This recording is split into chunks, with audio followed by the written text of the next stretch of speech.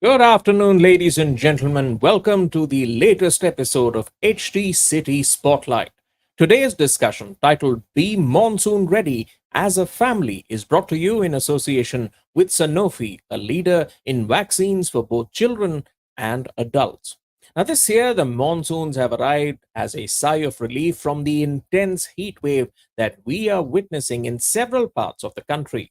But as we get ready to usher in the rains, this season also marks the onset of respiratory ailments like flu and asthma, especially for those suffering from chronic respiratory disorders. Now, the rainy season increases vegetation all around us, which also causes more pollen in the air.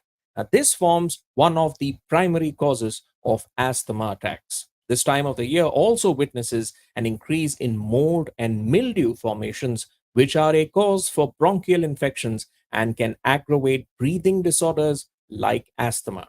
Another cause for concern is an untreated infection of cold or flu, which also heightens the risk for those suffering from the respiratory disease. In fact, people with asthma are at a high risk of developing influenza related complications as their respiratory tracts are compromised. So, what are the steps to take? Well, let's find out with an expert. I'm your host, Gautam Srinivasan, and joining me for today's conversation is Dr. Indranil Halder, Associate Professor and Head of Department for Pulmonary Medicine at the College of Medicine, JNM Hospital, Kolkata, who will tell us how we can stay safe from infections this monsoon as a family and the importance of the flu vaccine in this. Good afternoon, Dr. Halder. Pleasure to have you with us in this discussion. So let's start with what's going on. My first question is about the monsoon. So does this season increase the chances of an influenza infection?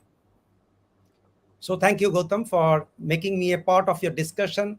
And yes, as you have given a very good introduction to the pre-monsoon and the monsoon time, yes, the monsoon itself is a season when most of the respiratory infection are at increasing. Definitely, the flu, has been seen that the incidence of flu increases during the monsoon season. Not only that, as you told, other respiratory infection like the asthma or other some chronic respiratory disorders like in fact COPD, also the exacerbation of COPD occurs during the monsoon time. All right. And in your opinion, who should be taking the flu vaccine? Because we have a huge bunch of viewers watching this presentation. They need accurate information. So, in your opinion, who should be taking the flu vaccine? Okay, so flu vaccine, what does it do? It protects against influenza. It's a viral infection. We have all been going through COVID times, and COVID, just like COVID, it's also a viral infection and a viral respiratory infection which causes similar symptoms like COVID, like cough, shortness, wheeze, sometimes running nose, headache, myalgia, body ache, these all things.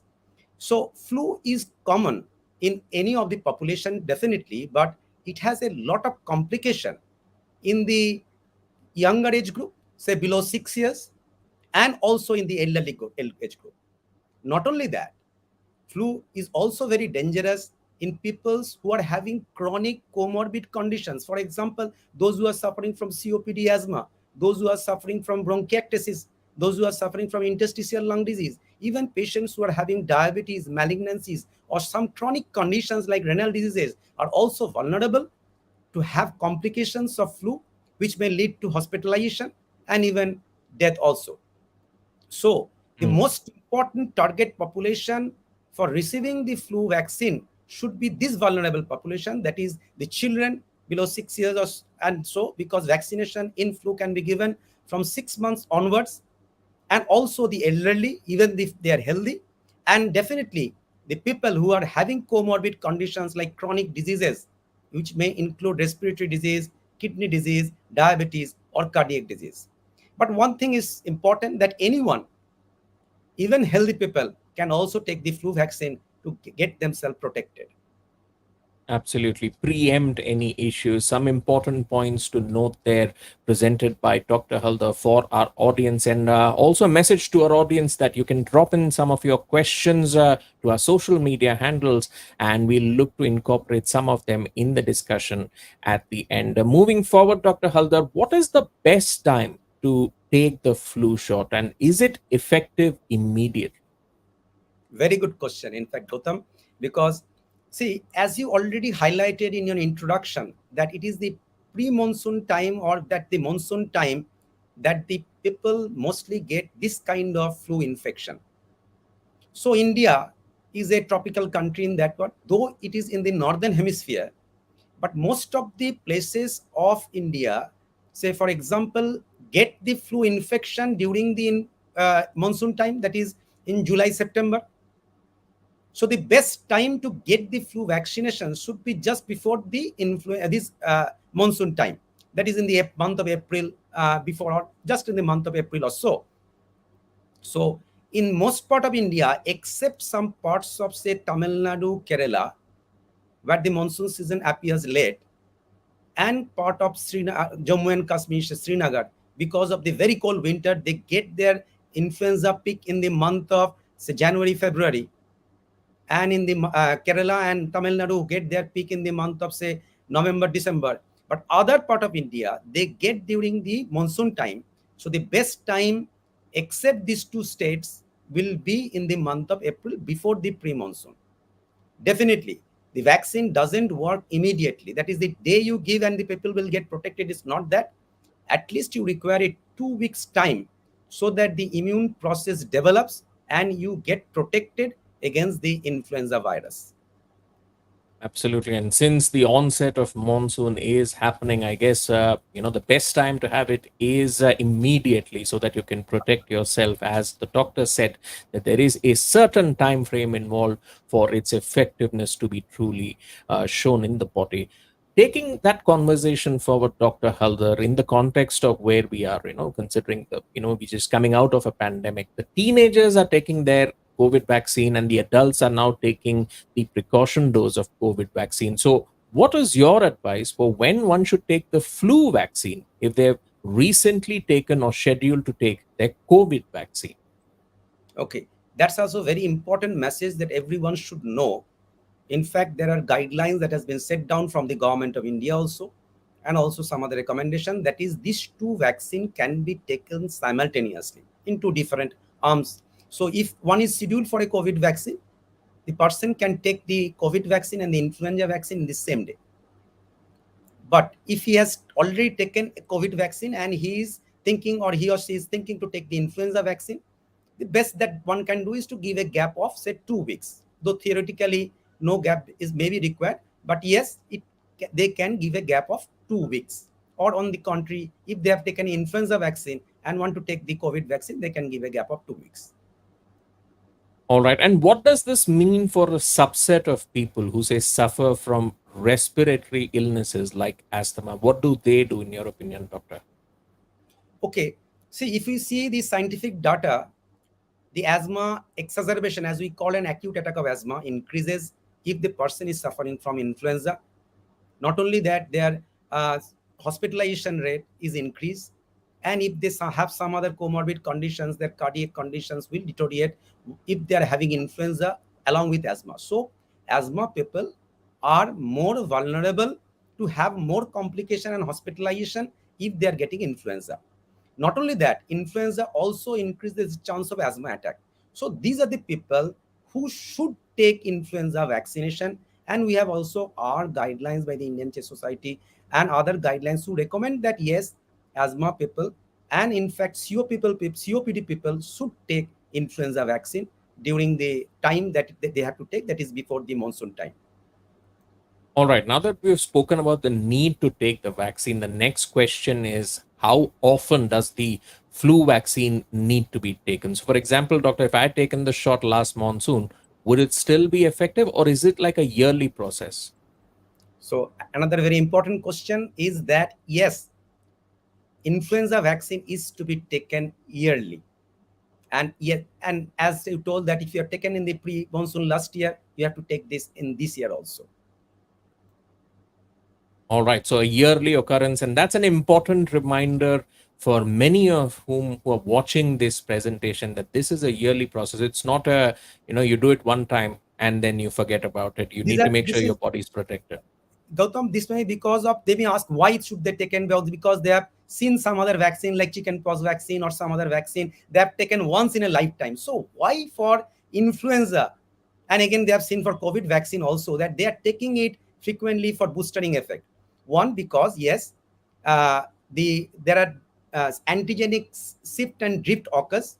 So each year we change the vaccine virus type that is being introduced into the uh, vaccine that has been given, and also because there is a fading effect of the immunity, we again give it as a boostering effect.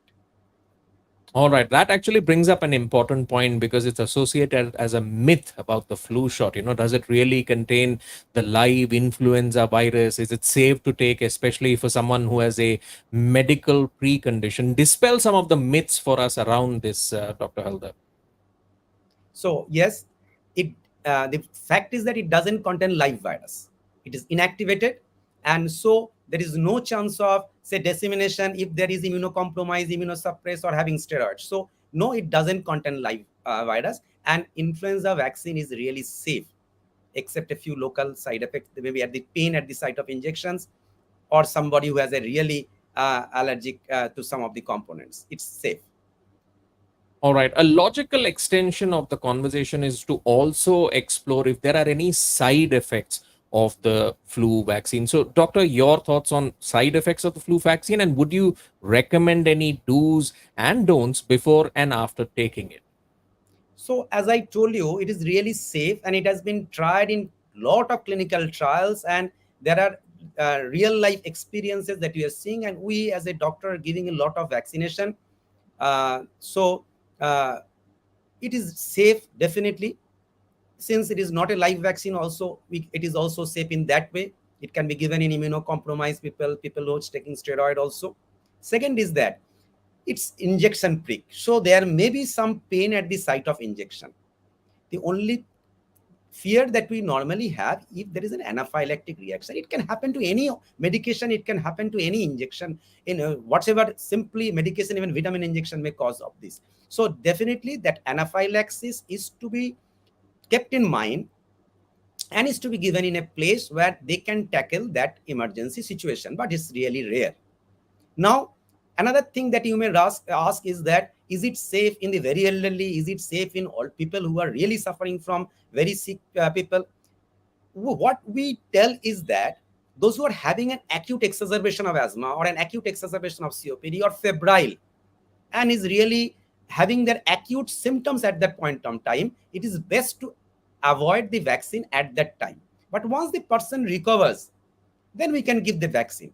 So, in fact, it is our policy also that before the discharge from the hospital, for example, if a person is admitted with an acute exacerbation of an asthma or an exacerbation of an COPD, once the patient becomes stable, pre-discharge, normally we can give the vaccine, or at least you can go home, and after a few days the vaccination can be taken. So the don't will be that during an acute infection it is justified that we don't give this vaccination. And if somebody tells us that he has a very severe reaction with previous influenza vaccine, then it's better to avoid the vaccine for those people. Absolutely. And a reminder again to our viewing audience to drop in your questions to our social media handles to get them answered by Dr. Halder. And as you've heard, he's already given a wide overview of the do's and don'ts and what you need to figure out when it comes to protecting yourself this season. But as we extend the conversation further, Dr. Halder, now that preschoolers will be starting their schools and stepping out into large groups after a long break, what is your advice to families for this monsoon season, which sees an increase in colds, fever, and stomach infections in children? So these children will be joining the school, going to their school after a long period of, say, home bound.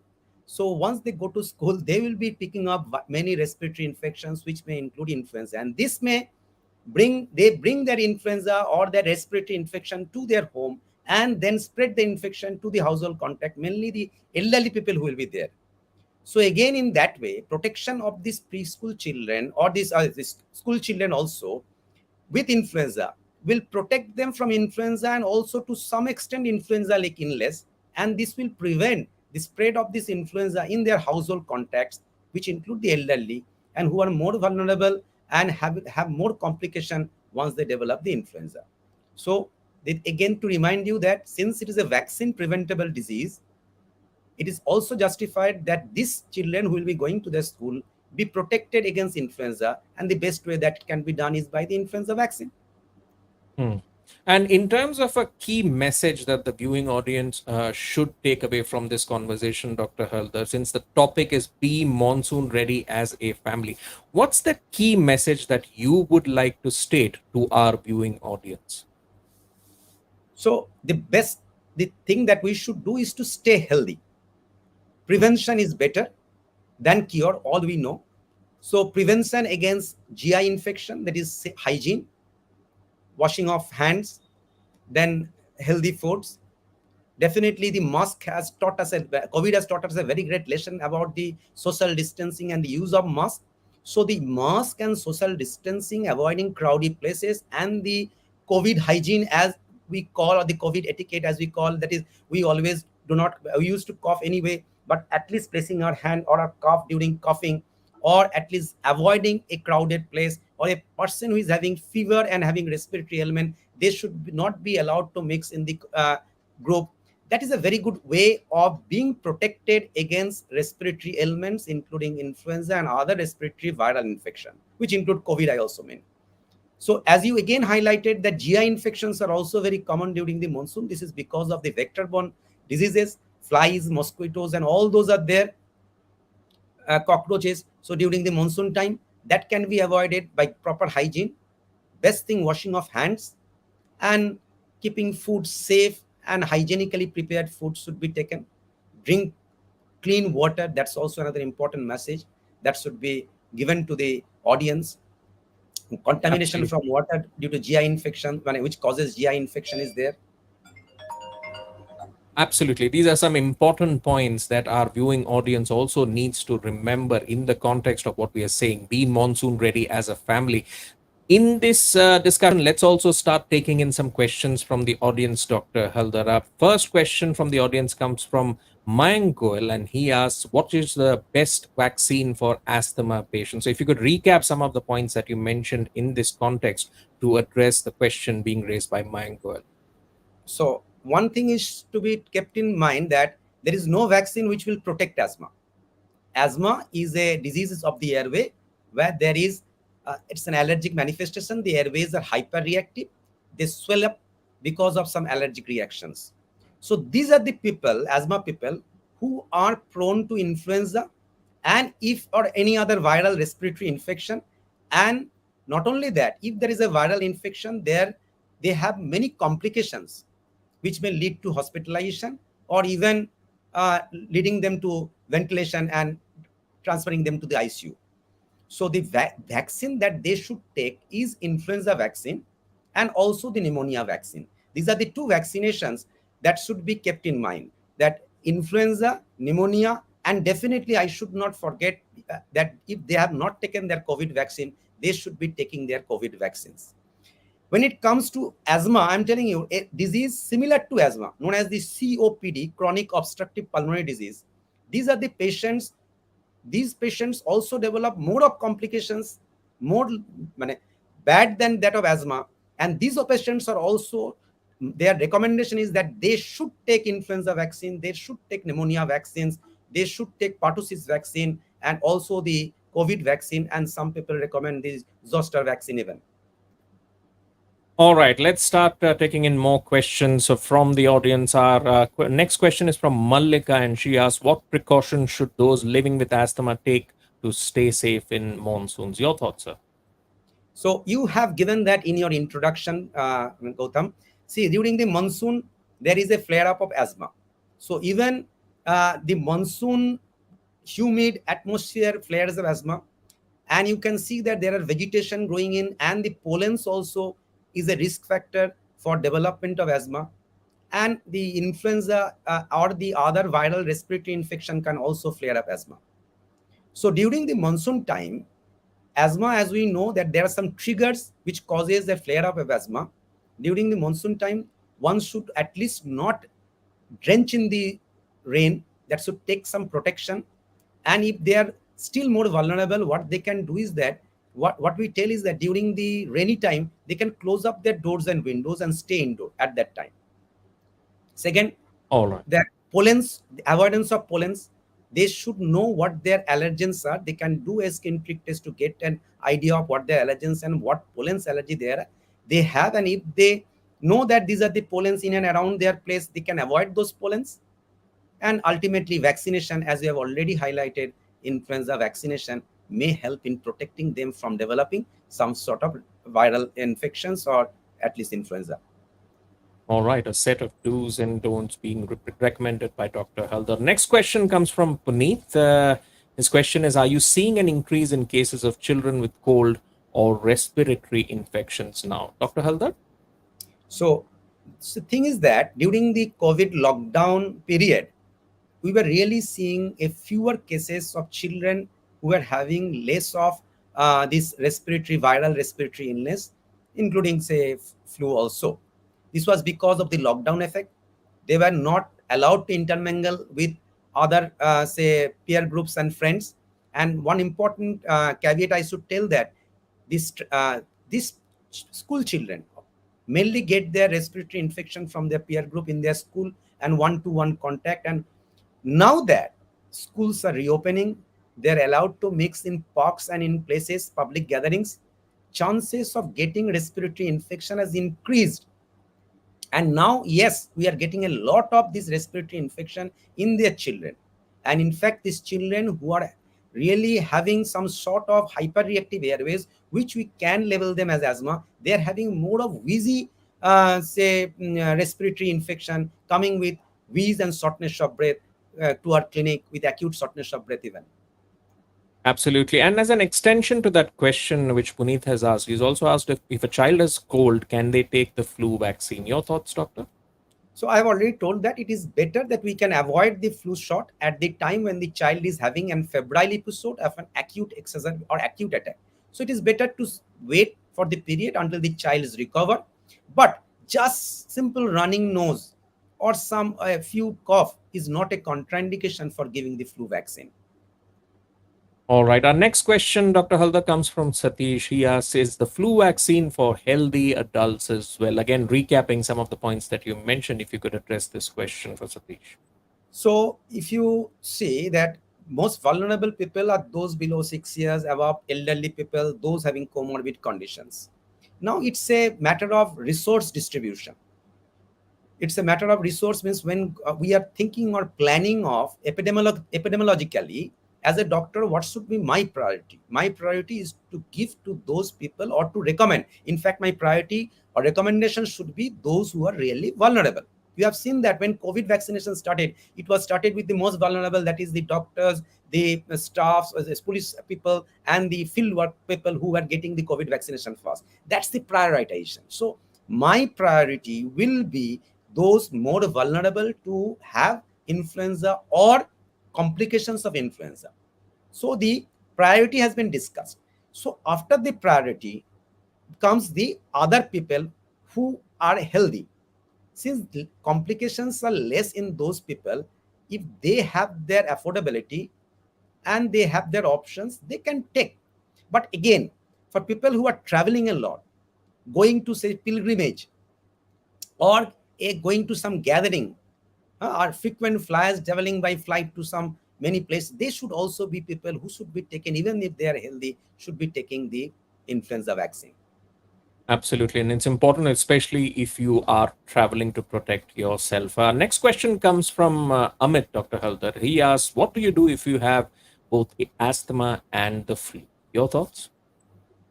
Okay, it's really a patient who is suffering from already from asthma and has developed flu, he should visit the doctor. That's the message I should give you.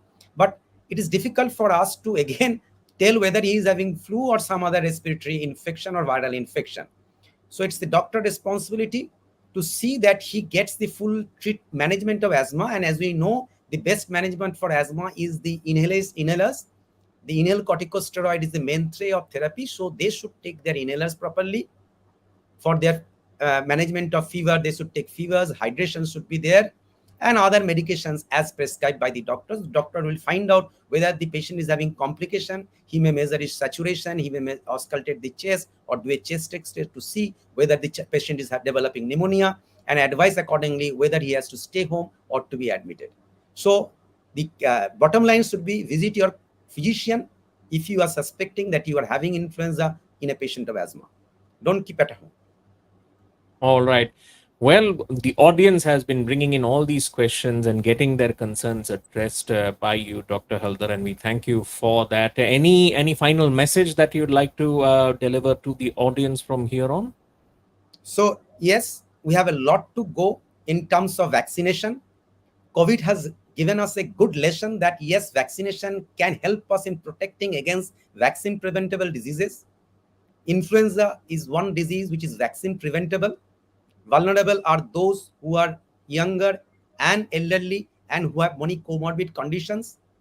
India, we should have this message that yes, we should be aware that this is a vaccine preventable, and we should be vaccinating our children and also our elderly and people who are with comorbid conditions. It is safe, effective, and there are data to prove it. Absolutely. Protect yourself today. That's the message coming out. And that also brings us to the end of today's discussion. I would like to thank you, Dr. Halder, for sharing with all of us your insights. It was indeed very informative, covering various points and concerns that people have around this. In fact, I am now convinced to go and take my flu shot at the earliest. Before we sign off, though, I would also like to thank Sanofi for partnering with us, and we'll be back soon with yet another session of HD Spotlight very soon. Till then, stay well and take care. Have a great day. Thank you, Gautam. Thank you, Dr.